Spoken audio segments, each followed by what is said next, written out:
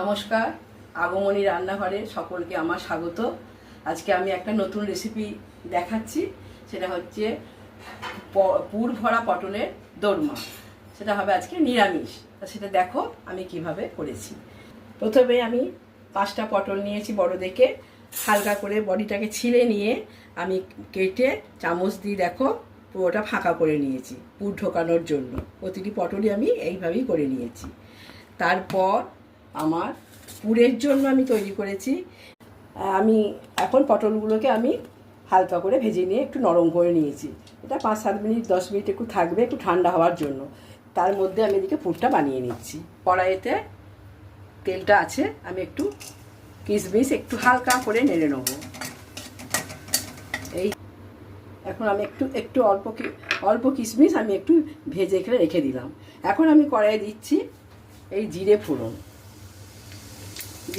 দেওয়ার পর আমি দেবো টমেটোটা।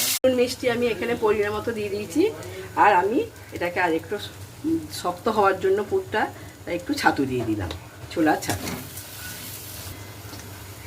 সব দিয়ে নাড়লেই আমার পুর রেডি। বন্ধুরা, আমার এখন পুর রেডি হয়ে গেছে। পুর আর কিশমিশ রেডি করে রেখেছি। এরপর আমি পটলের ভেতরে ভরতে শুরু করব। এখন আমি আস্তে আস্তে পুরটা ভরতে শুরু করছি।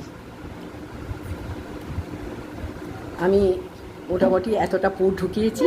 এরপর 4-5টা কিশমিশ, এই ধরনের নিরামিষ তরকারি একটু মিষ্টি হলেই তো ভালো লাগে, 4টে কিশমিশ দিলাম। তারপর আমি একটু পুর দেবো, কিন্তু পুরোটা আমি মুখ ভর্তি করে দেবো না, দিলে ওটা বেরিয়ে যাবে। একটু ফাঁকা রাখতে হবে। আমি দেখিয়ে দিচ্ছি। বন্ধুরা, আমি চলে এলাম আবার রান্নাটাতে।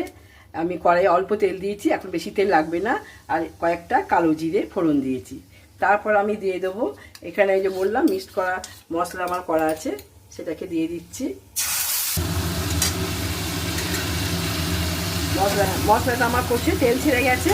এখন আমি দেবো এই টক দই, ফ্যাটানো টক দই দিলাম। তারপর নুন মিষ্টি পরিমাণ মতো, কিন্তু তোমাদেরকে বলি নিরামিষ তরকারিতে একটু চিনি, মানে মিষ্টি ভাগটা বেশি দিতে হয়। আমার এখন পটলের রেসিপি রেডি। এখন গরম অবস্থায় আমি দিয়ে দেবো একটু ঘি দিয়ে দিলাম। আর তারপর দেবো ওই মশলা, গরম মশলা, আমার যে মশলা করা ওই ভাজাটা দিয়ে দিলাম। দিয়ে 5 মিনিট ঢাকা দিয়ে রেখে দেবো। এই হলো আমার নিরামিষ পটলের রেসিপি। তোমরা সবাই এইভাবে করো। আগে বাড়িতে করেছিলাম, সবাই খেয়ে ভালো বলেছে। আশা করি তোমাদেরও